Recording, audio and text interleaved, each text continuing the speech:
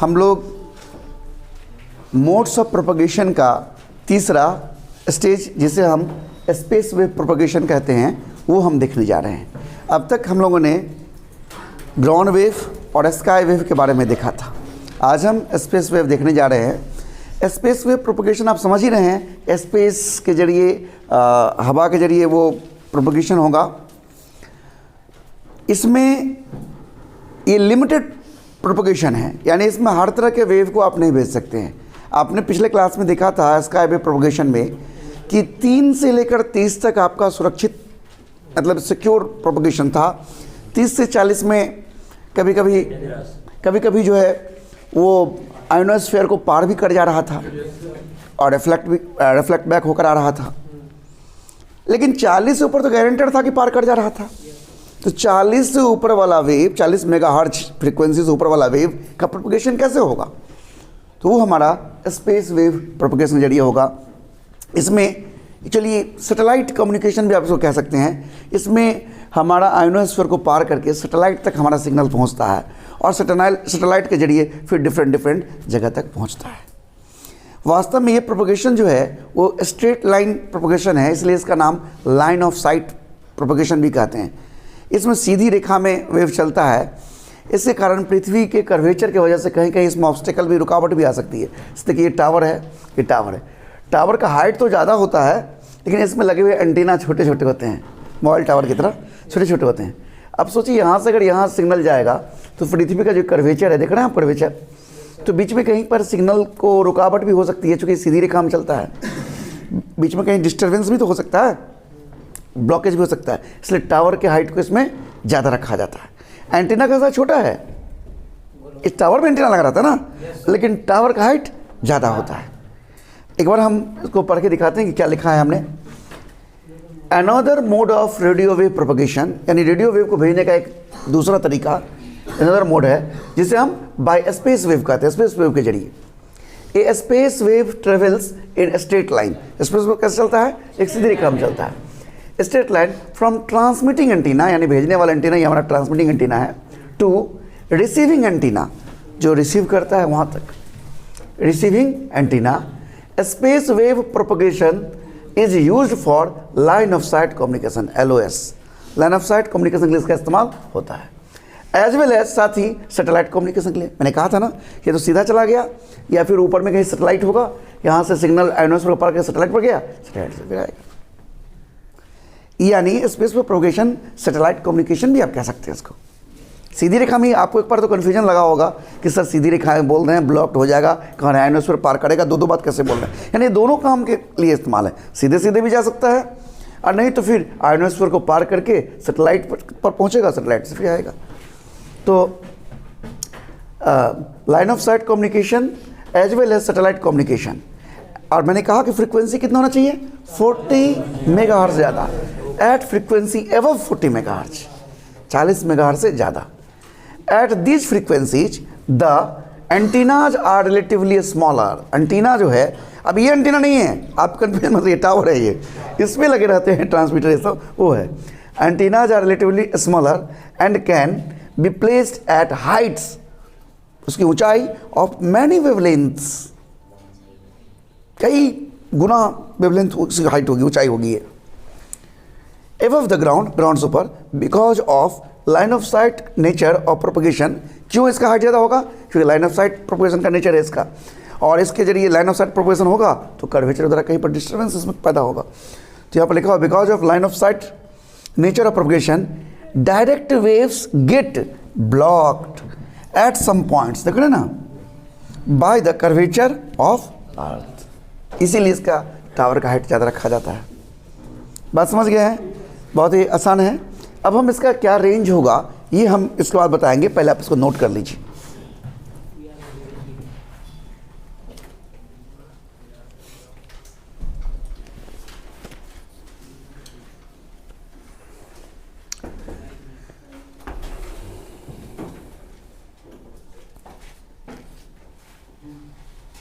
Note कर दो।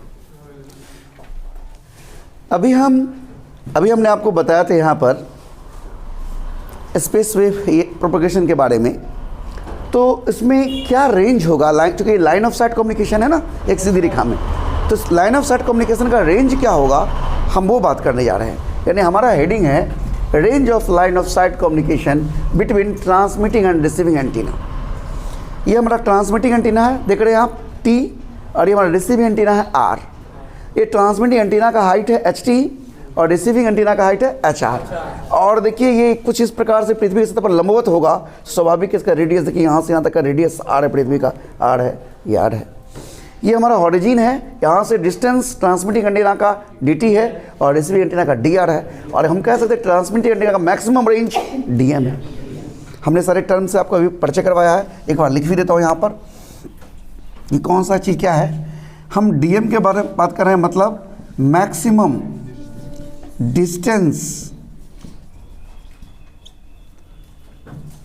Of receiving antenna from transmitting antenna, receiving antenna from transmitting antenna.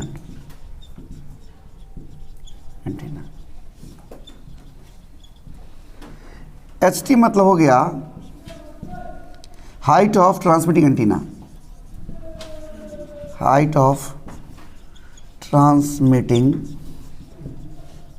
Antenna, और HR मतलब height of receiving antenna, और DT जो है वो है distance of transmitting antenna from origin.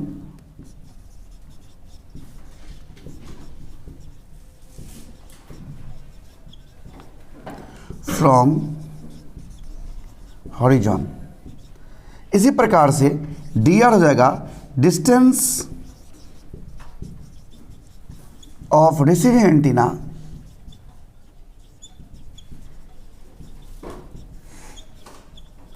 From horizon. ये लिख देता हूँ, जगह चलाता हूँ। अब देखिए, तो हमें यही रेंज जानना है, मैक्सिमम रेंज dm का मान जानना है। तो पहले हम dt जान लेते हैं, फिर dr जान लेते हैं, दोनों को ऐड कर देंगे। तो यहाँ देखिए इस ट्रायंगल OT, ये T है, ये this place is T, OTP। बाबा वन टाइम पासवर्ड आ गया। इन ट्रायंगल OTP, आप देखिए गौर से क्या होगा, OT स्क्वायर बराबर TP square plus PO square होगा, यानी R स्क्वायर बराबर DT square plus R square, no sorry, ये OT हमारा यहाँ तक तो R है और यहाँ प्लस HT है, यानी R प्लस HT का स्क्वायर, R प्लस HT का स्क्वायर बराबर DT square plus R square. यहाँ से इसको हम तोड़ करके हमें DT का मान निकालना है, यानी DT स्क्वायर बराबर R प्लस HT का square minus R square.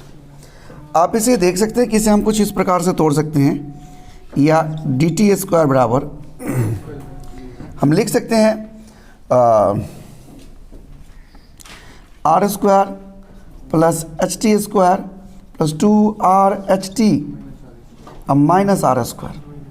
R square cancel हो जाएगा, यानी DT स्क्वायर बराबर HT square plus 2R into HT। अब देखिए R रेडियस ऑफ अर्थ है जो 6400 किलोमीटर होता है, आप जानते हो। R का मान बहुत बड़ा होता है और उसको हम HT से मल्टीप्लाई करें निश्चित तौर बड़ा होगा। तो HT स्क्वायर यानी टावर का जो हाइट है वो पृथ्वी के रेडियस का कंपेरिजन बहुत छोटा होगा, इसलिए हम इसे नेगलेक्ट कर सकते हैं। देखिए चूँकि सिंस HT बहुत छोटा है R की तुलना में, therefore it can be neglected. ध्यान दीजिएगा, ये नेगलेक्ट कर रहा हूँ मैं, तो क्या होगा, इसलिए DT स्क्वायर बराबर 2R इंटू HT, या DT बराबर √2R इंटू HT। ये DT निकला। इसी प्रकार हम DR भी निकाल सकते हैं। सिमिलरली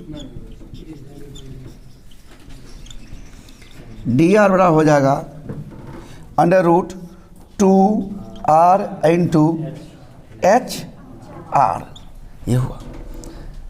अब हम दोनों को ऐड कर दें तो नेट हमारा जो डी एम होगा, यानी मैक्सिमम रेंज जिसको हम कह रहे हैं, maximum distance of receiving antenna transmittance का होगा। इसलिए मैक्सिमम रेंज क्या हो जाएगा, रेंज डी एम बराबर D T plus D R, यानी जगह इधर इधर मैं लिख देता हूँ, इधर पर डी एम बराबर क्या हो जाएगा, √2r H T plus 2r H R, ये हमारा हो गया। तो स्पेस वेव प्रोपगेशन या कम्युनिकेशन में क्या रेंज होगा अधिक से अधिक, लाइन ऑफ साइट कम्युनिकेशन का, not satellite communication. This is direct मैंने लाइन ऑफ साइट का निकाला है। सैटेलाइट की बात करूँगा तो फिर दूसरा बात हो जाएगा ना, तो उसका रेंज आपने जान के है। ओके, नोट कर लीजिए।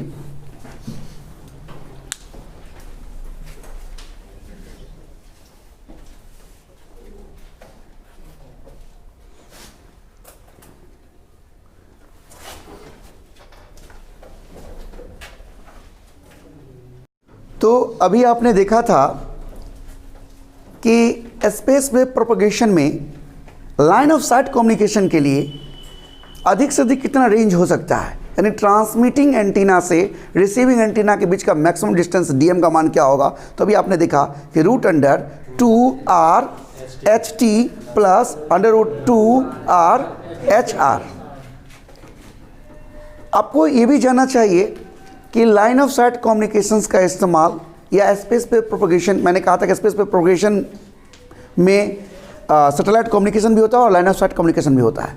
तो इसका जो इस्तेमाल होता है वो कहाँ कहाँ होता है, तो मैंने यहाँ लिख रखा है टेलीविज़न ब्रॉडकास्टिंग में स्पेस वेव के जरिए या फिर लाइन ऑफ साइट के जरिए, माइक्रोवेव लिंक में एंड सैटेलाइट कम्युनिकेशंस। ये सब कुछ ऐसे उदाहरण है, some examples of communication system that use space wave mode propagation. Space wave mode propagation का इस्तेमाल इस सब चीज़ों में होता है।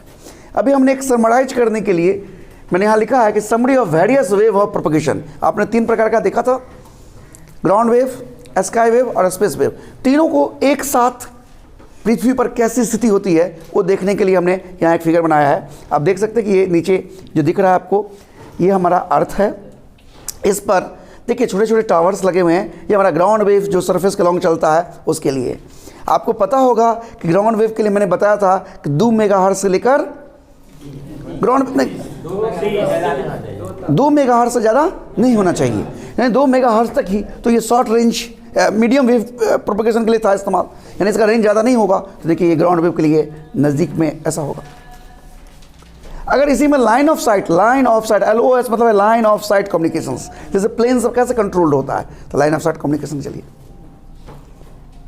फिर यहाँ देखिए जो टावर्स लगे होते हैं, ऊंचे ऊंचे टावर्स जिस पर एंटीना लगे हुए हैं, इसमें आपने पढ़ा था आयनोस्फीयर से रिफ्लेक्शन होगा। तो देखिए वो रिफ्लेक्शन हो रहा है, लेकिन इसके लिए रेंज आपने पढ़ा था कि मैक्सिमम 30 मेगाहर्ट्ज़ रखिए, 30 से 40 भी रख सकते हैं, लेकिन 30 तक सुरक्षित रेंज है। 3 मेगाहर्ट्ज़, यानी इसके बाद इसको ऊपर बढ़िए 3 से 30 तक, देखिए इसमें आयनोस्फीयर से रिफ्लेक्शन हो रहा है।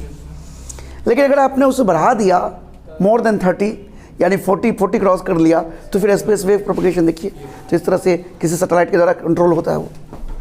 तो ये तीनों तरह के प्रोपगेशन के बारे में यहाँ पर चर्चा किया गया है, तीनों मोड्स ऑफ प्रोपगेशन के बारे में। अब हम देखेंगे कि लाइन ऑफ साइट कम्युनिकेशंस में जैसे टीवी टावर लगा हुआ है, तो एक टीवी टावर का रेंज क्या होगा, वो एक टावर से अधिक कहाँ तक के व्यक्तियों को सिग्नल मिल पाएगा, तो हम उसके बारे में बताते हैं। पहले हम इसको बोर्ड साफ कर लेते हैं। ओके, आप लोग नोट करिए इसको।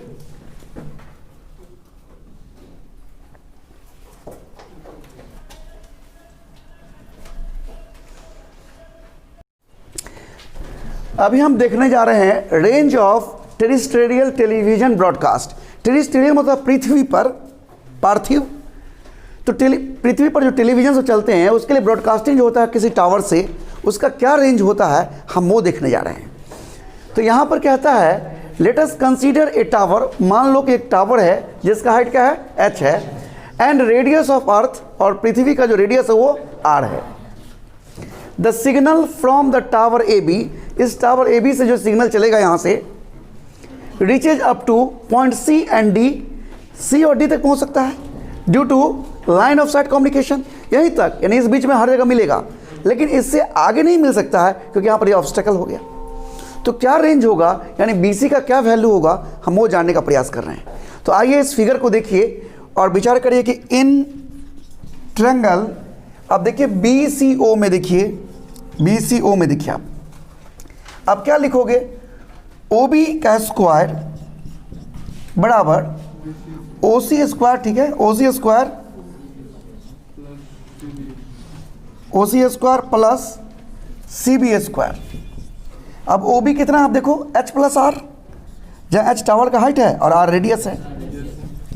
OC कितना है, रेडियस है, R स्क्वायर प्लस CB, ये तो हमें जानना है, CB या BC जो कहिए आप, ये तो हमें जानना है, यानी CB का स्क्वायर क्या हो जाएगा, H प्लस R का whole square minus R square.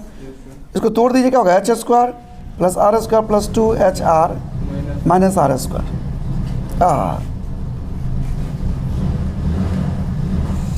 यानी CB बराबर क्या होगा, √2HR। यानी रेंज जो हो गया, जगह नहीं इधर, रेंज इक्वल टू हो गया √2HR। देख रहे हैं आप, ये रेंज हो गया। इस पर एक क्वेश्चन भी पूछा है आपके 12 बोर्ड में, जिसमें कि टावर का हाइट और पृथ्वी का रेडियस दिया हुआ है और उसका रेंज पूछ रहा है। मुझे एग्जैक्ट क्वेश्चन तो याद नहीं है, लेकिन आप इसे नोट करिए, आप देखिएगा क्वेश्चन बैंक में आपको मिलेगा ऑब्जेक्टिव में।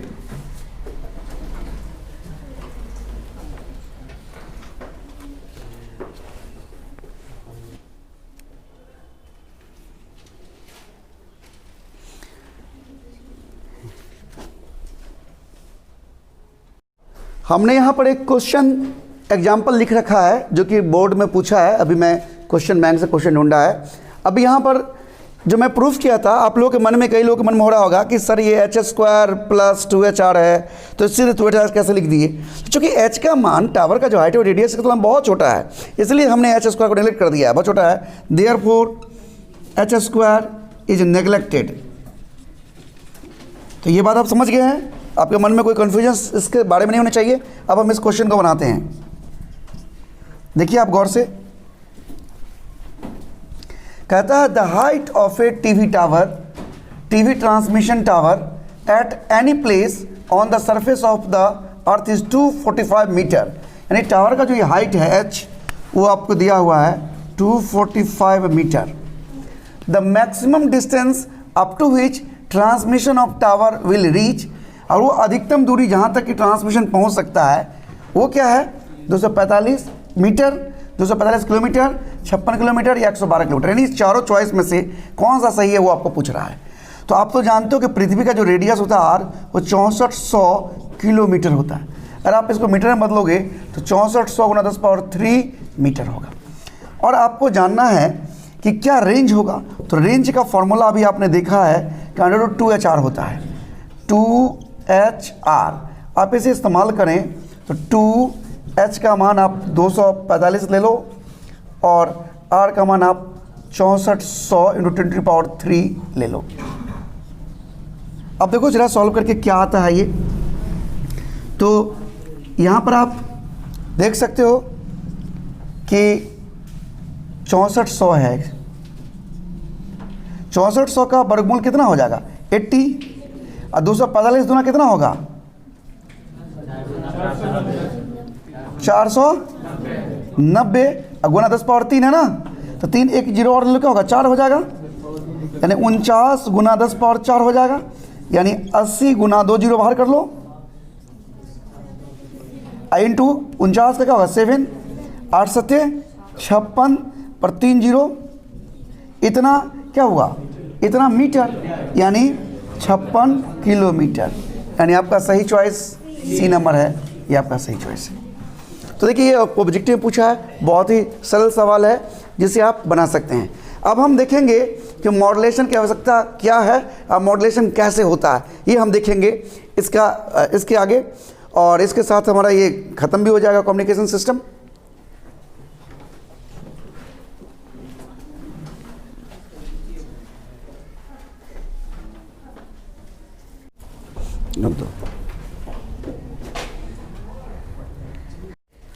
तो अभी हमने आपको कुछ देर पहले मॉड्यूलेशन का एक फिगर बनाकर दिखाया था, जिसमें carrier wave plus modulating wave और दोनों जब मिक्सअप हुआ था तो हमारा मॉड्यूलेटेड वेव बना था। आप देखिए ठीक इससे पहले वाला, उसमें आपको उसके पहले वाले पेज में देखिए आप, तो आपको दिख रहा होगा। और हमने कहा था मॉड्यूलेशन के बारे में, एम्पलीट्यूड मॉड्यूलेशन के बारे में, कि कैरियर वेव का एम्पलीट्यूड मॉड्यूलेटिंग वेव के एम्पलीट्यूड के अनुसार बदलने लगे तो इस तरह के मॉड्यूलेशन को हम एम्पलीट्यूड मॉड्यूलेशन कहते हैं। बात को अच्छे से पकड़िए, मैंने क्या कहा, कैरियर वेव का एम्पलीट्यूड मॉड्यूलेटिंग वेव के अनुसार बदलने लगे तो इस तरह के मॉड्यूलेशन को एम्पलीट्यूड मॉड्यूलेशन कहते हैं। अच्छी तरह दिमाग में आया? अब देखिए इसी घटना को, इस शब्द को पकड़ के रखिएगा, छोड़िएगा नहीं इस शब्द को। Let the equation of carrier wave, एक कैरियर वेव हम लोग जनरली ऐसा ही तो वेव मानते हैं, कैरियर वेव है सी एम बराबर ए सी साइन, ये मैंने छोटा एम लिखा है यहाँ, ए सी साइन ओमेगा सी टी, यानी फ्रीक्वेंसी है ये कैरियर वेव का और ये एम्पलीट्यूड है कैरियर वेव का, देख रहे हैं। And the equation of modulating wave, इसे मैंने स्मॉल एम से लिखा है, ये एम्पलीट्यूड है मॉड्यूलेटिंग वेव का, sine omega M into T ये फ्रीक्वेंसी है मॉड्यूलेटिंग वेव का। ये दोनों परिचय मैंने करवा दिया कि ए सी क्या है, ए एम क्या है। अब दोनों को सुपर इम्पोज करवाते हैं, 1 और 2 को मिक्स कराते हैं। The equation of modulated signal, तो दोनों को मिलने से कैसा बनेगा, सी मैंने यहाँ कैपिटल एम इस्तेमाल किया है, यहाँ स्मॉल एम था, देखिए बराबर इसका जो एम्पलीट्यूड है कैरियर वेव का ए सी, वो उसमें जुड़ गया है कौन, मॉड्यूलेटिंग वेव। देखिए क्योंकि इसके हिसाब से उसको बदलना है, ठीक से देखिए ऐसा क्यों की, ऐसा क्यों हुआ, कैरियर वेव के एम्पलीट्यूड को बदलना है किसके हिसाब से, मॉड्यूलेटिंग वेव के हिसाब से, यानी एम प्लस ओमेगा टी इसके साथ जुड़ा है।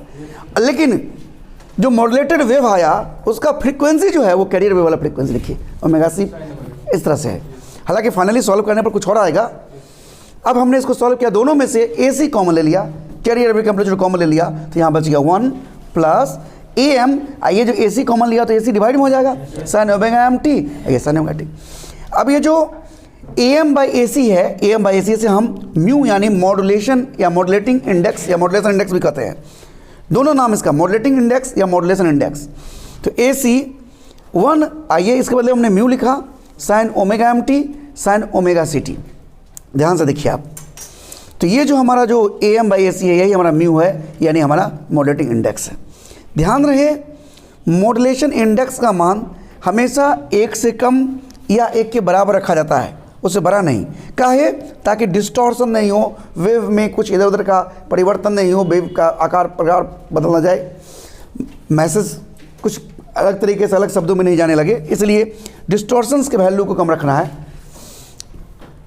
तो ध्यान रखिएगा ये ऑब्जेक्टिव में पूछा हुआ है कि मॉड्यूलेशन इंडेक्स का मान 1 से कम होगा। अब इक्वेशन 2 में बी रिटन एज, अब ये जो इक्वेशन 2 है हमारा, नहीं इसे हम इक्वेशन 2 नाम देते, 1 2 की जरूरत नहीं थी, इसी को मैंने यहाँ कहा है, ध्यान दीजिएगा। यहाँ पर मैं इसको 3 कर देता हूँ, इक्वेशन 3, ये यहाँ 3 है, तो इक्वेशन 3 ध्यान दीजिएगा, इसको 3 बना लीजिएगा, मे बी रिटन एज, हम इसे लिख सकते हैं इस इक्वेशन 3 को कैसे, तो ध्यान दीजिए A C 1 plus mu sine omega M into T sine omega T है।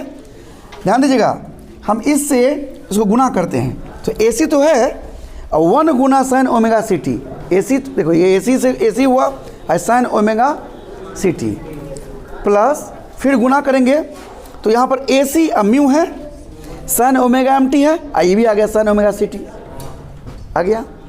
अब देखिए क्या किया हम, तो ए सी साइन ओमेगा सी कैसे रखे, यानी एक सी टी, इस कैरियर वेव को हम वैसे ही रखे हैं, हम इस कैरियर वेव के साथ कोई छेड़छाड़ नहीं की, वैसे ही जैसे था वैसे ही आ गया अपने रूप में, देख रहे हैं। प्लस इस वेव के साथ क्या हुआ, देखिए हम क्या किए, तो ए सी और म्यू कॉमन लिए, ए सी और म्यू, और 2 से डिवाइड किया, 2 से गुना कर दिए, 2 से गुना किया हुआ भाग को एक साथ रख लिए। अब देखिए 2 साइन ए इंटू साइन बी के फॉर्म में आ गया, और 2 साइन ए इंटू साइन बी को लिख सकते हैं हम cos A minus B minus cos A plus B, दोनों में टी था, टी कॉमन ले लिए, देखिए उस रूप में लिख दिए हैं इस चीज़ को। ये तो वैसे ही है, ये ऐसे है, और इसको इस cos A minus B minus cos A plus B पर तोड़ दिए, तोड़ दिए, ऐसा लिख सकते हैं। जो लोग बायोलॉजी के वो समझिए, इस चीज़ को ऐसे लिखता है मैथ्स में, उसको हमने लिखा है यहाँ पर। बस ये हमारा फाइनल इक्वेशन तैयार हो गया है। यहाँ पर बता रहा है कि ये जो हमारा मॉड्यूलेटेड वेव जो आया, द एबव इक्वेशन यानी मॉड्यूलेटेड वेव का इक्वेशन, वो दिखाता है कि मॉड्यूलेटेड सिग्नल कंसिस्ट ऑफ क्या क्या इसमें है इस सिग्नल में। तो एक तो हमारा कैरियर वेव जिसका फ्रीक्वेंसी क्या है ओमेगा सी, ये कैरियर वेव हमारा। उसके अलावा दो गो और है, टू साइनोसॉइडल वेव्स, दो गो देखिए साइन या कॉस के फंक्शन को साइनोसॉइडल कहते हैं, साइन या कॉस के फंक्शन को साइनोसॉइडल कहते हैं। तो ये कॉस वाला इसलिए इसका नाम साइनोसॉइडल पड़ा है। Two sinusoidal waves having frequency, एक तो ओमेगा सी माइनस ओमेगा और दूसरा frequency omega c plus omega, called lower side, कम वाला बोलते हैं लोअर साइड और अधिक वाला बोलते हैं अपर साइड। ठीक है, this part is called side band, इसको साइड बैंड बोलते हैं। तो देखिए मेन कैरियर वेव का फ्रीक्वेंसी है, इसका लोअर साइड ये, अपर साइड इसको मैंने चित्र से दिखा है। बस यहीं तक, बातें और भी हो सकती है लेकिन आप लोगों को इतना ही जानना और यही सबसे बोर्ड में आएगा।